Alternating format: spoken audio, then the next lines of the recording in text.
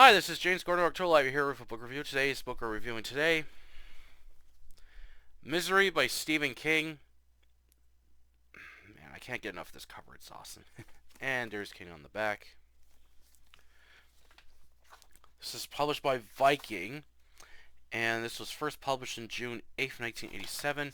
This is a reread. I read this book years ago, and actually this was the first book I read by King for a long time, as I got kind of disappointed and tired of what he was writing lately, so I stopped reading King, and then this was the first book I read by him for a long time, and damn, is this a good book. This is the era of King I like best, his older era.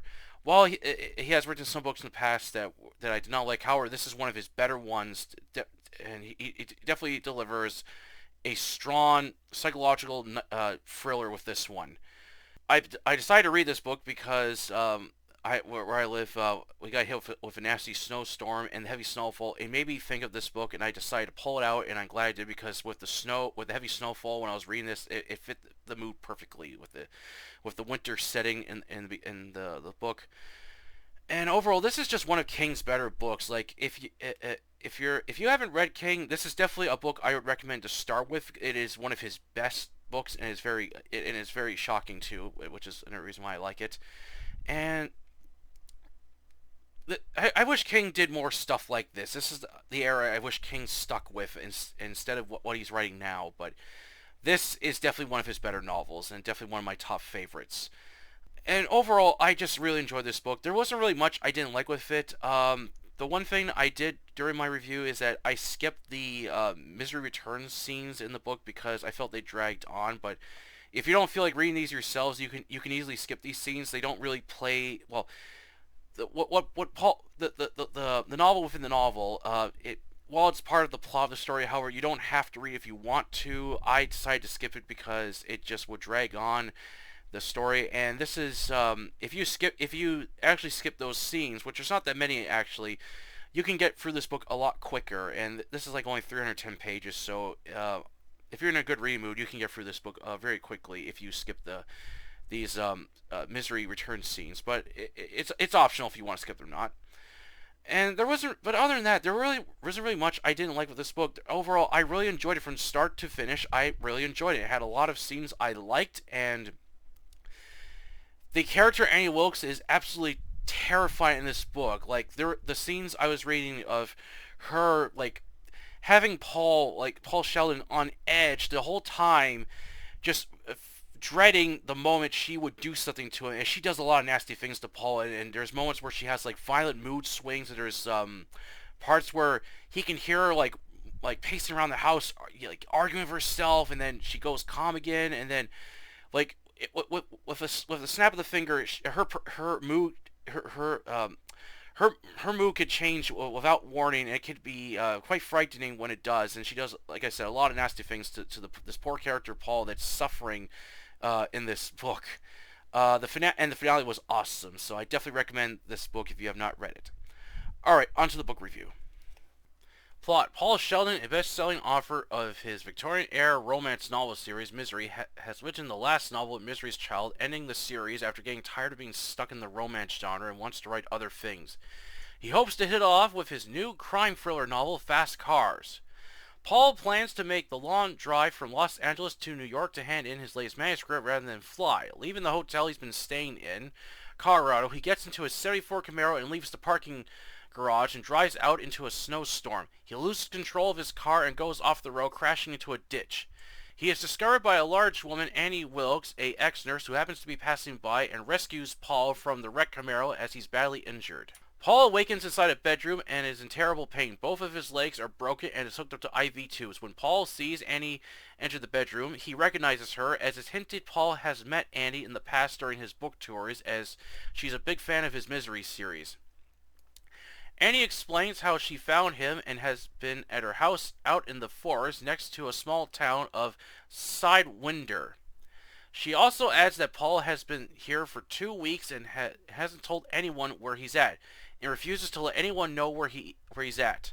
Paul is scared with Annie and senses she is crazy, along with her obsession with the character of Misery, as she named a pig after her and is heavily religious.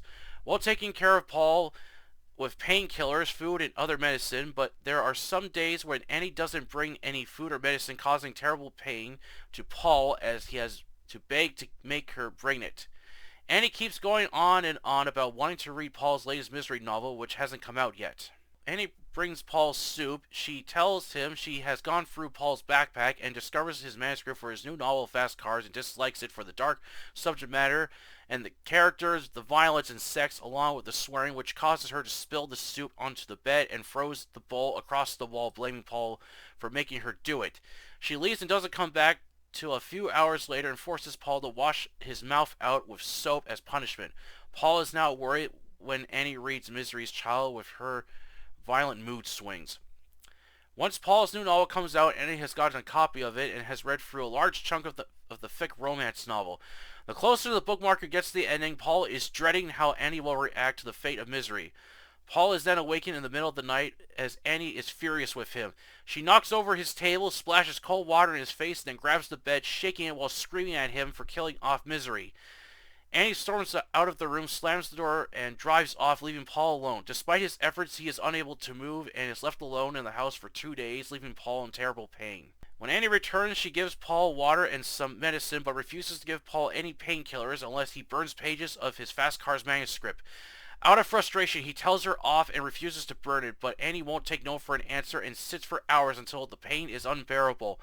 Paul regrets not making a copy when he had a chance, as 2 years of work on his newest novel is burned away. Paul swears he'll kill her for this. After spending days in bed recovering, Annie brings Paul a wheelchair and turns the bedroom into an office and brought him a used Royal typewriter as it's missing its N key.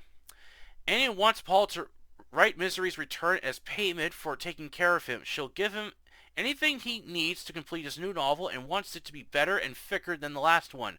Paul knows he has no choice and tells Annie what he needs and will read each page he writes. Now able to move around in the wheelchair, Paul attempts to escape while Annie is out getting paper for him. Using a bobby pin, he is able to pick the lock on the door and squeeze the wheelchair through the doorway. He has become addicted to the painkillers as he goes into the bathroom and opens the medicine cabinet searching for them. After getting the pills, Paul hears Annie returning home as he quickly rushes back into the bedroom and does his best to hide the drugs. Annie gives the paper he needs along with helping him urine, all the while using the pain as cover so she doesn't search him. Paul writes the first few pages of Misery's Return, but Annie rejects it, criticizing that Paul brought Misery back too easy and wants a more realistic way and doesn't want him making the same mistake twice. After sitting at the desk while glancing outside to the snowstorm and at the Royal typewriter, which Paul can't stand looking at too long with its grinning-like face and even hears it taunting him in his head, Paul finally comes up with an idea with the main character returning to the graveyard and having to dig up Misery after hearing a report that a caretaker heard sounds of screaming and scratching noises. Despite the gruesome scene, Annie accepts it and tells him to keep on writing while she fills in the missing ends. While writing, Paul can hear whenever Annie is doing downstairs, and there are times she goes on rants about things that bother her along with arguing with herself. Then her mood suddenly changes to being calm. Paul is terrified of her but knows he has to keep her happy as possible while trying to find a way to escape. Paul sneaks out a few times while Annie is out. He sneaks anything to keep him alive. While exploring the layout of the house, Paul discovers Annie has taken every step to ensure he doesn't escape so easily. He even contemplates of breaking the window and crawling through the snow or setting the house on fire in hopes he'll be rescued, but abandons these ideas. While exploring, he discovers a large book in the kitchen. It's Annie's scrapbook. Inside, it has photos of her family along with newspaper clippings revealing Annie has killed several people, including members of her own family, a friend, children she babysat, her ex-husband, other people, and infants while working as a nurse. Annie came close to being tried for her crimes, as she was dubbed by the media as the Dragon Lady, but was found innocent due to a lack of evidence to prove she was the killer. Paul is disturbed by this, and the last newspaper clip is an article about his disappearance. Paul puts the scrapbook away and takes a butcher's knife from the kitchen, planning on killing Annie and escape. However, to his horror, when he awakens in bed, Annie is in the room and has doubled the dose of drugs to make him too weak to move. Annie reveals she knew Paul has left his room and taken items throughout the house along with reading her scrapbook as she reveals the murder she has committed while showing no remorse for what she's done. Annie then tells Paul she made sure his wrecked car won't be found and pulls out the butcher knife that he hid under the mattress, knowing Paul planned to use it against her. To ensure Paul can't escape Annie again, she takes out an axe along with a blowtorch, as she tells him what the British troops did to miners by hobbling them to ensure they couldn't steal any more diamonds, and assures him that she's a nurse. Paul begs, but it's no use. Without hesitation, Annie lifts up the axe and slices through his left ankle. Paul screams as Annie lifts up the axe and chops it off while his toes are still moving. Annie removes the severed foot from the bed as she's covered in blood. She then pours alcohol over the stubbed foot, then uses the blowtorch to cauterize it. Paul screams in agony and then passes out from the pain. After recovering, Paul is sent back to work to finish Misery's return while his insanity is slipping away. And to make matters worse, the royal typewriter is losing more keys, causing further frustration and anger building up inside of him. Annie watching Paul at all times as she's a ticking time bomb that could explode over the slightest thing, but Paul begins to express his anger towards Annie, which causes her to become frightened of him as she tries to keep him happy. As Paul is getting closer to finish Misery's return, with Annie looking forward to reading it, and has a special night planned for Paul. However, he's got his own ending for Annie. She may think she's in control, but Paul has planned out his final chapter in this nightmare he's been trapped in and will do anything to escape it, no matter how painful it is. Misery is a dark psychological nightmare of being held prisoner by a crazed fan who will do anything to make her favorite author bring back her beloved character at any cost or limb. The pacing was good, along with the rich detail within the story. Characters were well crafted and layered, as King does a good job of making you care and worry for the fate of Paul, as at any moment Annie could kill him from the slightest thing. While I felt adding the pages of Misery's Return dragged on the story, as these didn't need to be added in, King could have just simply described what Paul is writing in the novel with a little detail to give us an idea of the scenes in this romance novel. However, you can skip these scenes if you don't feel like reading extra pages. Annie Wilkes is a crazy yet cunning woman who will do anything to make Paul right. If he refuses or does something to anger her, Annie will not hesitate to torture him or kill anyone that threatens Paul from completing Misery's Return. The scenes of violence and gore were awesome. King doesn't hold back or shy away, as he gives you a front row seat to enjoy every moment of bloody gore. And the finale between Paul and Annie kept me on the edge of my seat, as it felt good watching this poor author having been held prisoner to fight back against Annie. Lastly, there isn't much else I didn't like with this novel. King hits a home run with Misery, and this is the era of Stephen King I like. Dark, shocking, and violent. And as for the 90s film of the same name, don't bother with it. It's not dark or gory as this classic is. Overall, I highly recommend Misery. If you want a good Stephen King novel that's dark, then check out Misery. It's a bloody good read. And that's the review today. Hope you enjoy it. And yeah, I had a real blast just reading Misery again. And with this, it's even snowing right now outside, so it just fit the mood perfectly. We're reading this classic by King. I just like how brutal and dark this novel is. There are some moments where I felt it could get rough, but I felt that's what made this novel so perfect, is because of the darkness in Misery of basically this one character that's being forced to write back a character that the author tried to get rid of, and Annie will not hesitate to torture or threaten to kill Paul if he refuses, which just those scenes just had me on the edge of my seat the entire time, as you don't know what Annie's going to do next, or when she's going to have a violent mood swing. She is a very dark, twisted character who one moment could be happy and helpful, and the next she could be downright terrifying, mean, and just will either torture you or kill you. That's just one of my favorite villains from a Stephen King book. And the character of Paul Sheldon, he's just basically your average everyday guy who just writes romance novels, has made a good living from it, but now he's decided, okay, it's time to do something else. I think the one thing I did wish King did add, I kind of wish I had a little backstory on what made Paul Sheldon write romance novels. It never explains why he wrote in the genre, what inspired him to write it. That's the only thing. We do get King does explain though where he got the inspiration for his other novel, Fast Cars, but there's no inspiration to where Paul Sheldon got the idea for the character Misery in this romance series. So that's probably one thing I wish in the book it had was just just a little like a part of or a little scene that explains what kind of inspired him to write this romance series. Um, oh yeah, and this book here teaches any writer a valuable lesson. Always keep copies of your stories. Don't just have one, because if something happens and you lose that copy, you're going to essentially have to rewrite the book from scratch. Um, and for some people that it's not fun having to rewrite a novel from scratch, especially because it won't be the exact way that you wrote it the first time. So that's a valuable lesson to all your writers out there. Always keep copies of your stories. Always. Um, I really like the most of the story is set in the bedroom.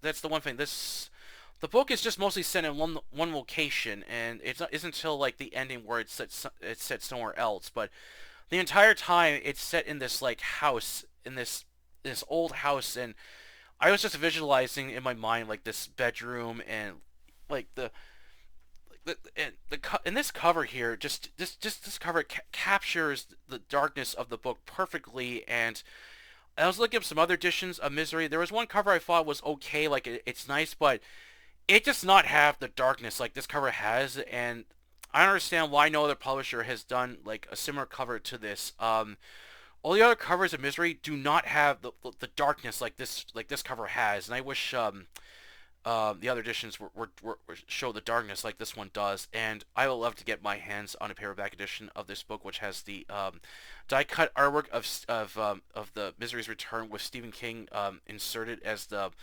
male character in the story. I would love to find a good edition of that. Unfortunately, I've not found one, as they're kind of pricey right now. But anyway, um, and the scenes I love best with this book was the gore. Like, this book is very gory.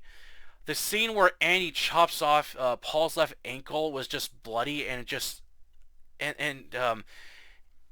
kind of as you're reading this, it's shocking, and you're also thankful too that Annie is in fact nurse, because she wasn't, Paul would be basically dead at this point. But just reading the scene of her chopping his left ankle off and then having to cauterize the wound was just like, it was very painful to read that. And this poor guy basically had both his legs were broken. Now he's lost his left foot, and he's just screaming in agony. And Annie the whole time just has this motionless, calm expression, like this is normal. That was like really really disturbing scene.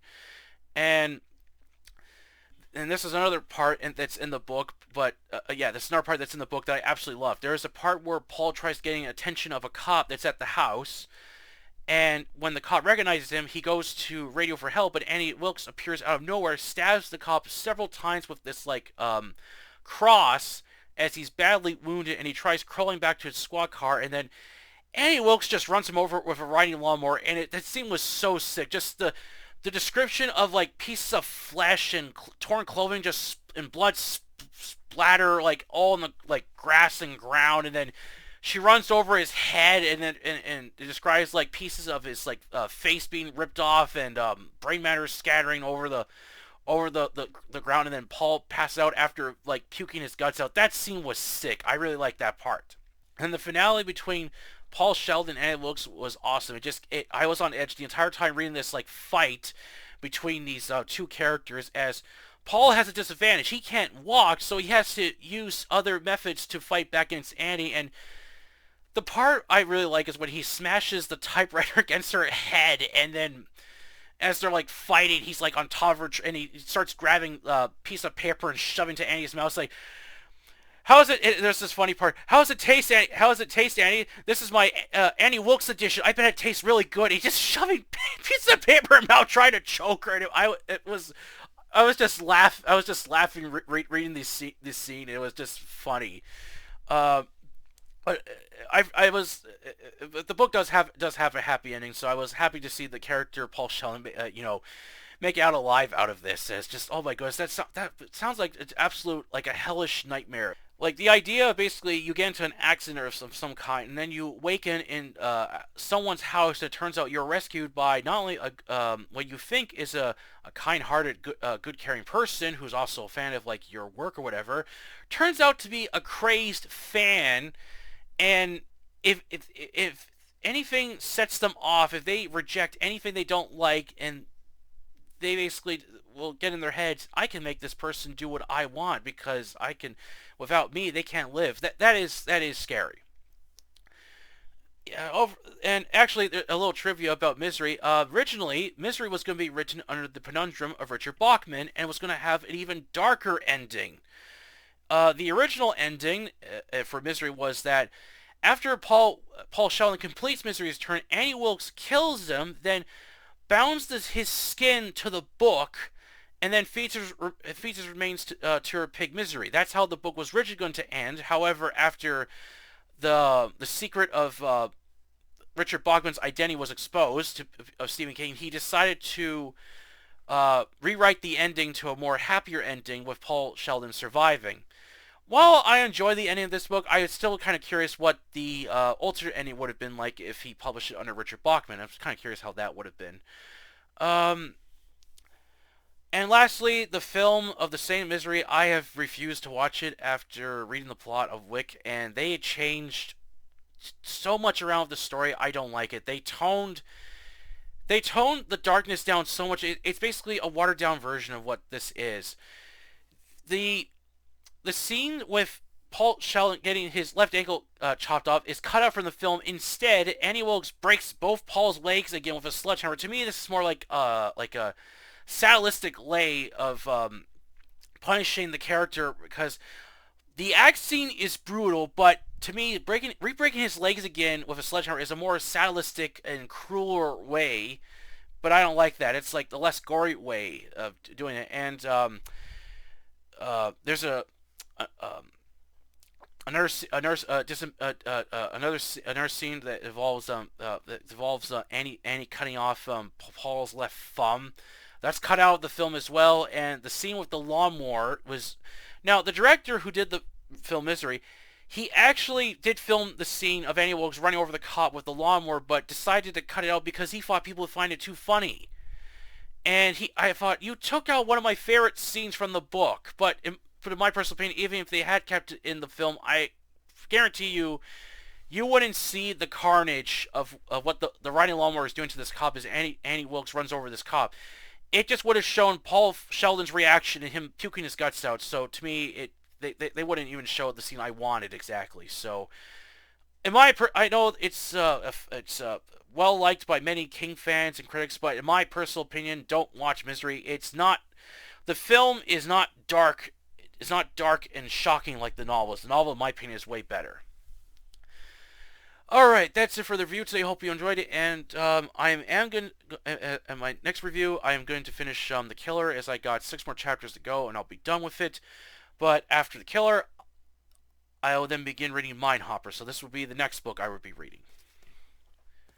Alright, that's it for the review today. Hope you enjoyed it, and please don't forget to like this video, share it, and don't forget to subscribe to October Library, the YouTube channel, and the Facebook group with the same name, a place to post and review fiction. Until then, I'll catch you later.